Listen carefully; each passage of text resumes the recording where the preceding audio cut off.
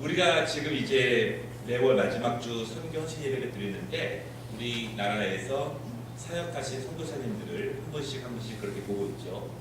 이렇게 준비할 때마다 부끄러움이 참 많습니다. 왜냐하면 나라면 그렇게 할 수 있었을까? 또 제가 말씀드린 적 있지만 저는 가능하면은 선교사의 그 사명을 피해보려고 선교사에 대한 집회만 있으면 저는 가지 않았거든요.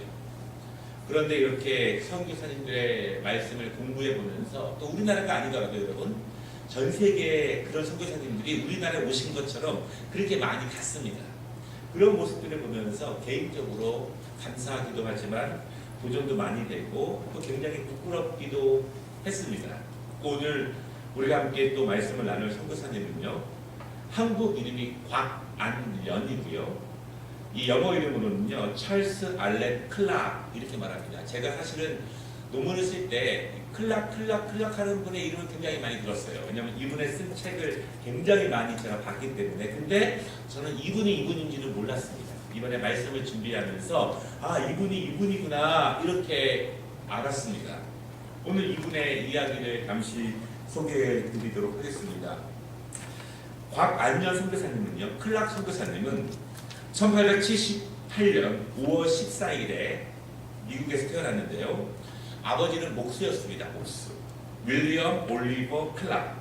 그리고 어머니는요, 신앙이 좋은 청교도의 후예였습니다. 어머니는. 그래서 어머니 이름이 릴리안 캐롤린 이런 어머니였는데 그 사이에서 둘째 아들로 태어났습니다.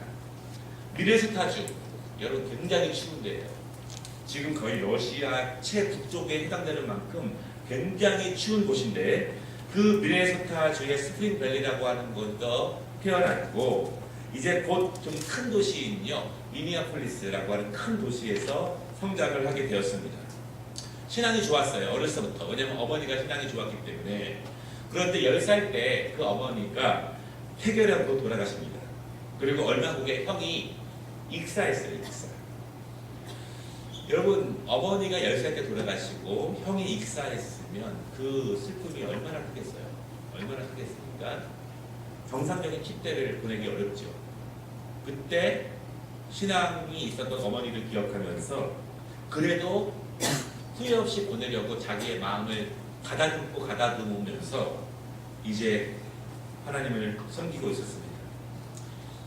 미네소타 대학교 2학년 때 그때 교회와 노회에서 이 클락 선교사의 신앙과 그의 인품을 눈여겨보다가 신학을 잘 가르치고 있는 맥칼리스터 대학교에 편입해서 거기서 좀 헬라어와 히브리어를 좀 배우고 그 다음에 신학대학에 가면 어떻느냐 이렇게 권면을 하기로 했습니다. 그런데 이 클락 선교사가요 두 가지를 생각하면서 그 권면을 받아들이고 학교를 옮기게 됩니다. 이런 거였어요. 하나는 나는 목사가 되기에는 너무 부족해. 그래서 나는 라틴어와 헬라어를 잘 배워서 라틴어와 헬라어 교수가 돼야지 이런 생각을 하게 됩니다. 두 번째는요. 자신의 성격이 소심하고 부끄러움이 많기 때문에 목사가 되면 혹시 당시에 많은 선교사들처럼 미개한 나라로 선교사로 가게 되는 것이 너무나 부담스러웠습니다. 그래서 혹시나 하나님이 나를 이렇게 부끄러움 많이 타는 나를 선교사로 보내시면 어떡하냐 이런 마음으로 목사가 되는 것을 좀 꺼려하는 마음으로 교수가 되기 위해서 신학교에 갔죠. 그가 대학을 졸업하고 신학대학원을요 시카고에 있는 멜콤의 신학교에 입학합니다. 여러분 우리가 벌써 지금까지 매달 언급할 때 멜콤의 신학교 되게 많이 나왔습니다. 저도 원래 이 학교 갈 생각도 하고 있었거든요.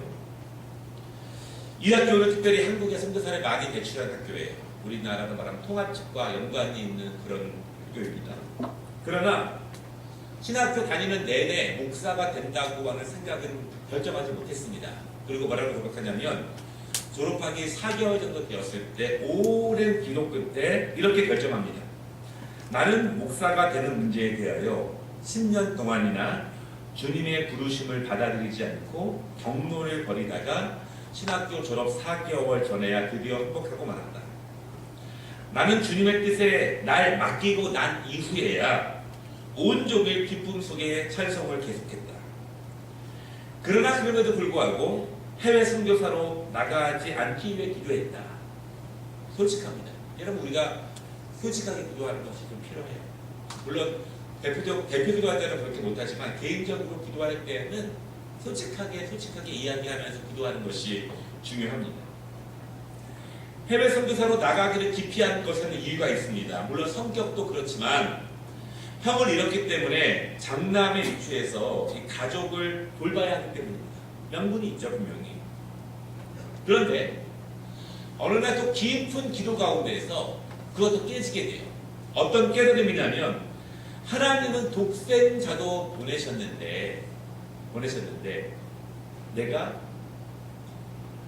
왜 하나님 앞에 선교사로 나아가지 못하는가? 크게 회개하면서 그의 가족을 하나님께 맡깁니다. 그리고 모든 것을 포기하고 전 세계에 선교사를 지망하러 온 교단의 선교 지원서에다가 서명을 하게 됩니다. 이유는 전 세계에 죽어가는 영혼들이 너무나 많이 있는데 누가 가서 전할 것이냐, 그거였습니다. 그분이 선교지를 세 군데로 지원합니다. 1순위, 2순위, 3순위. 1순위가 한국이었고요. 2순위가 중국이었고 3순위가 일본이었습니다. 그리고 교단에서 결정하시는 대로 그렇게 따르기로 했습니다. 그런데 그를 한국 선교사로 부르신 거예요. 이렇게 고백합니다. 나와 함께 졸업한 동기들 44명 중에서 18명이 선교사로 지망했다. 당시 한국은 미개한 나라였고 어디 있는 나라인지 아는 사람들이 아주 적었다. 그럼에도 불구하고 많은 친구들이 한국을 우선적으로 지원했다. 그러나 18명 중에서 나와 나의 룸메이트인 컨스만이 교단의 결정으로 한국으로 가게 되었다. 18명 중에서 2명이 한국으로 오게 된 거예요. 한국으로 오게 되었습니다. 그리고 여러분, 1902년 9월 22일 그의 나이 25살. 아내 메이플 크래프트와 두 아들과 함께 한국의 제물포항에 오게 되었습니다. 저는 왜 이렇게 제물포 그런지 몰랐는데 제가 또 TV 얘기 죄송하지만 한 번 더 할게요. 제가 원래 사극을 좋아하는데 요즘은 사극을 안 하지 않습니까? 요즘 유일하게 보는 TV가 있어요. 미스터 선샤인. 이 얘기하니까 임세연이 그러더라고요. 우리 아빠 또래에 계신 분은 그거 좋아한다. 젊은 학생들은 강남미인가 그거 많이 본다고. 거기 보니까 왜 자꾸 재미프로 오는구나. 재미프로 배가 들어와서 거기서 기차 타고 이렇게 오더라고요. 재미프로 왔는데 여러분, 그때 한국이 되게 큰 어려움에 겪고 있을 때였습니다.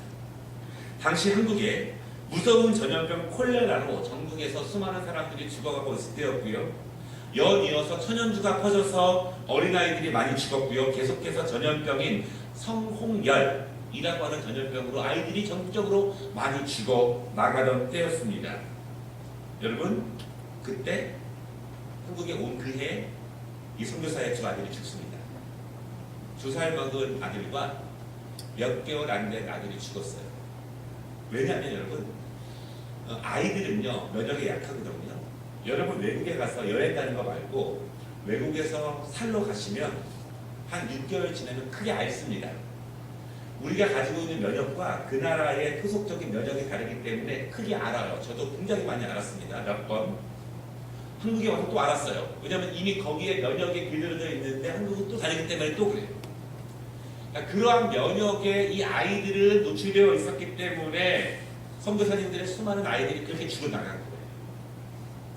여러분, 사실 생각하기 어렵죠. 두 아들이 2살 먹은 아들과 1살의 채 되지 않은 아이가 그렇게 죽었습니다. 하나님의 뜻을 가지고 사명 가지고 순종하면서 그렇게 왔는데 그 아들이 죽었다는 것입니다. 사실은 대부분의 선교사들이 그런 슬픔을 겪게 됩니다. 그럼에도 불구하고 나중에 이제 아들 하나와 딸 하나를 더 낳게 되었습니다. 한국에서. 한국 적응을 마치고 1906년 승동교회를 담임하게 됩니다. 그리고 그 교회를 섬기면서 성도들과 함께 150개 교회 정도를 개척합니다. 말을 타고 다니면서 교회를 돌아보고 교회를 돌아보기 위해서 말 위에서 하루를 보낸 날이 굉장히 많았다. 그렇게 고백을 합니다. 개척한 가정교회들이 정식 교회로 세워질 때까지 계속 돌아보는 거예요. 가장 멀리 개척한 교회가 동해안에 있는 교회라고 그렇게 이야기합니다. 이런 고백이 있습니다. 나의 순례는 주로 장마철이었다. 이 기간 동안에는 시골에는 물이 범람하였고 중국 벌레가 온 누리에 가득했었다. 농부들은 들에서 밤 늦게까지 일을 하고 와야 했었고 학습과 세례 문답을 한 후에 성례를 해야 했기에 우리의 예배는 보통 밤 11시에 시작되었다.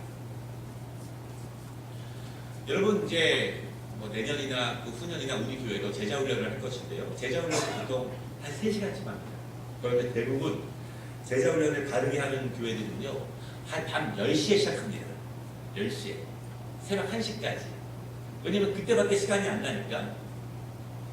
근데 그런 것 같아요. 정말 말씀 앞에 바로 서고 하나님한테 바로 서기 위해서는 다른 것도 굉장히 중요하지만 제자로서의 배우는 것도 굉장히 중요합니다.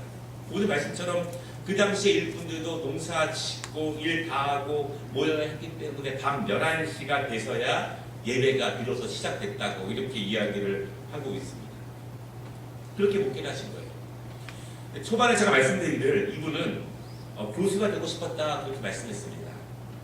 그래서 여러분 교수의 자질도 있었기 때문에 1908년부터 평양신학교에서 강의를 시작합니다. 강의를.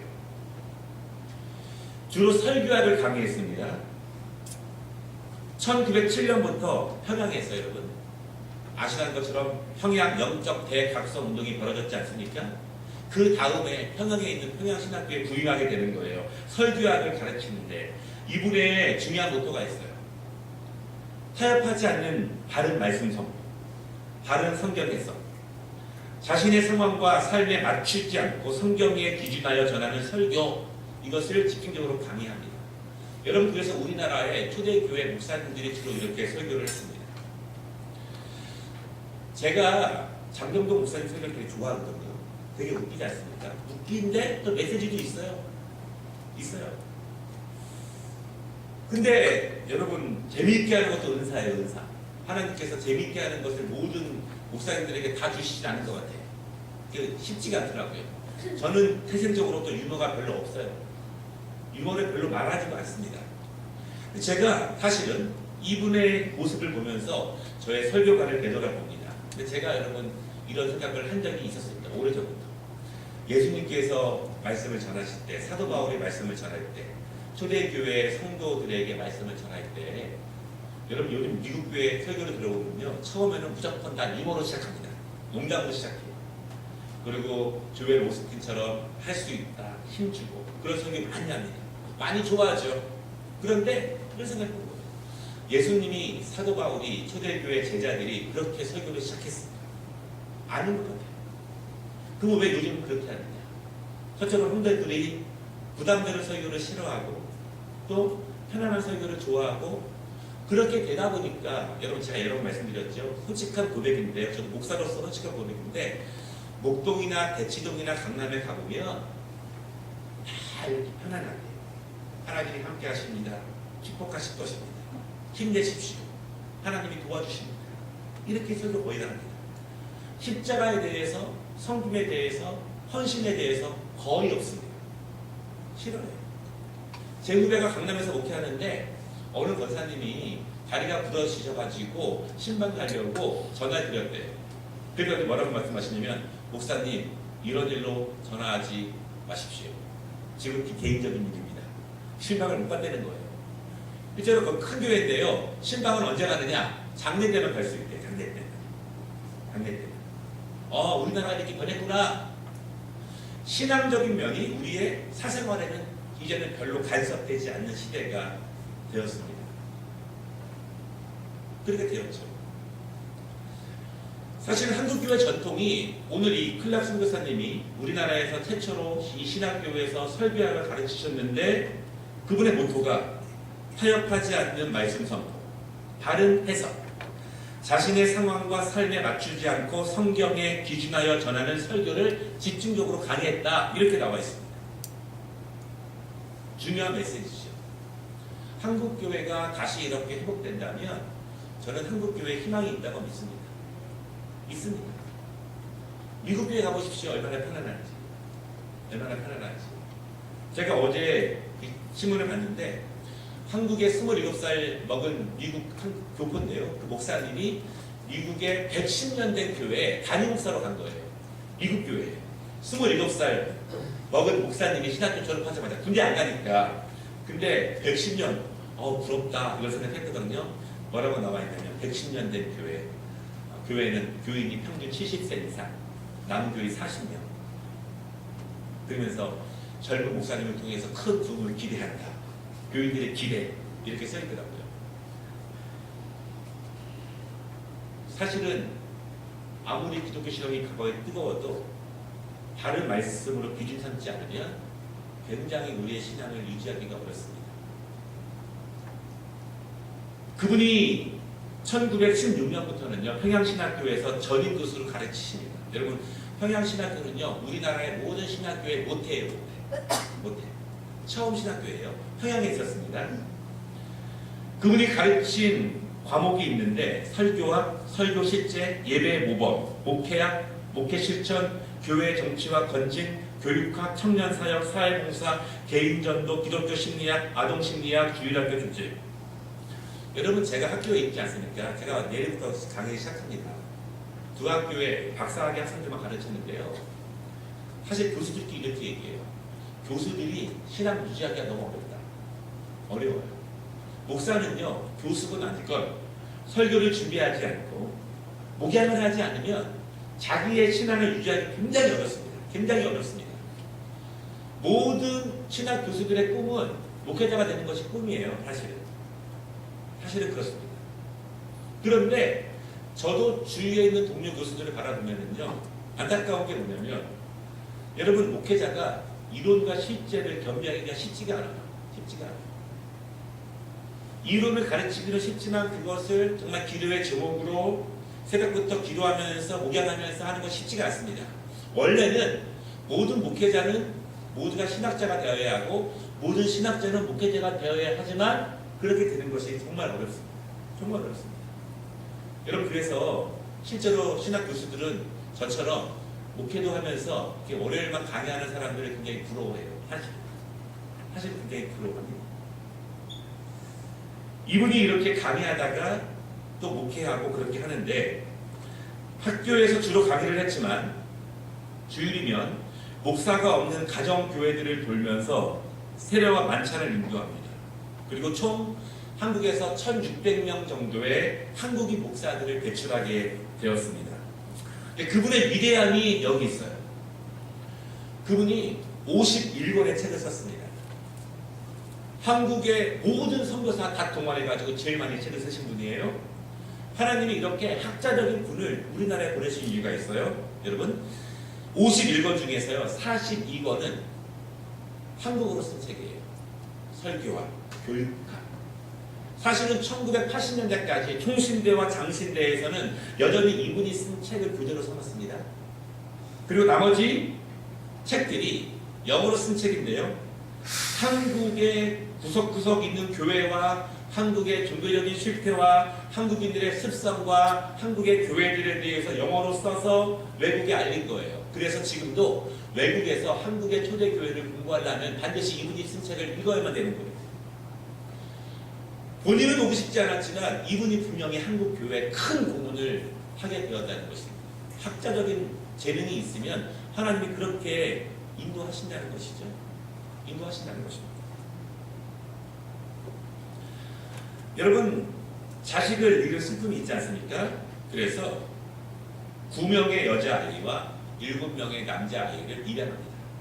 그리고 사랑으로 키웁니다. 이 아들들, 딸들 중에 거의 대부분이 한국 독립과 초대교회를 세우는데 중추적인 인물로 다 자랐습니다.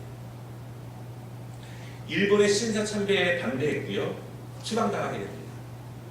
다시 한국에 오고 싶었지만 건강 악화로 오지 못하고 1961년 미국에서 하나님의 부르심을 받았습니다. 네, 여러분, 두 아들을 잃었지만 아들 하나와 딸 하나를 낳았다고 말씀을 드렸죠. 셋째 아들, 실질적으로 장남이죠. 알렉 클락, 한국말로 곽안전 목사님은 1933년부터 대를 이어서 한국 선교사를 사역합니다. 총 34년간. 여러분 대단한 거 아니겠습니까? 우리 박경 선교사님이 18년 하신 것도 대단하다고 말해요. 여러분 우리나라에요 그렇게 많이 하신 분이 별로 없어요, 사실은. 그런데 만약에 선교사님이 한 40년 하시고 그 아들이 30년 더 했다, 세계의 선교사에 남을 그런 대단한 일꾼입니다. 아들이 34년, 그리고 외동딸인 캣딸이 이름이 곽가천, 교육 전도사로 안동과 대구에서 21년 동안 한국에서 사역을 했습니다. 근데 가장 슬픈 것은요, 그 죽었던 두 아들은 지금 양화진에 가보면 다 2, 다 3에 묻혀있대요. 근데 다 1에는 빈 자리만 있다고 합니다. 그게 아버지의 자리인데 한국에 묻히고 싶은데 여러 사정으로 아직 오지 못해서 두 아들 옆에 아버지의 자리가 지금까지도 비어있다, 그렇게 이야기를 하고 있습니다. 요즘 한국 교회들이 이런 운동을 해요. 한국에 묻히고 싶지만 여러 사정으로 잊혀져서 한국이 그동안 먹고 살기 바빠가지고 그런 분들을 잘 기억하지 못하다가 이제 조금씩 힘을 내서 그런 분들을 한국으로 모시는 운동들을 합니다. 사실 요즘 조금 우리가 좀 그런 것들에 대해서 힘을 쓸 필요가 있죠. 그래서 여전히 다 일내 무덤은 비어있다, 그렇게 하더라고요. 여러분 이런 말씀을 들으면 우리가 좀 우울해지기도 하고 슬퍼지기도 하지만 우리가 감사함을 느껴야 합니다. 우리가 있는 것은 그냥 있는 것이 아니라 누군가의 복음과 누군가의 헌신을 통해서 있었습니다. 그들의 그런 수고가 결국 헛된 것이 아니라 그들의 죽음으로 이렇게 수많은 교회가 세워지고 열매가 세워진다면 그것보다 더 복된 것이 어디 있겠습니까? 우리가 각각 있는 자리에서 하나님의 나라가 확장되고 우리가 굳이 선교사처럼 선교를 하진 않지만 우리가 늘 기도해주고 그리고 이 땅에 있는 정말 이런 선교사님들, 그분들을 통해서 하나님이 일하실 수 있도록, 그리고 또한 내가 있는 곳에서 내가 최선을 다해서 정말 복음을 전할 수 있는 그런 모습이 된다면 하나님께서 우리의 기도를 통해서, 우리의 헌신을 통해서, 또 우리의 선교 헌금을 통해서 수많은 영혼들을 살리실 것을 여러분 믿으시기를 바랍니다. 기도하겠습니다.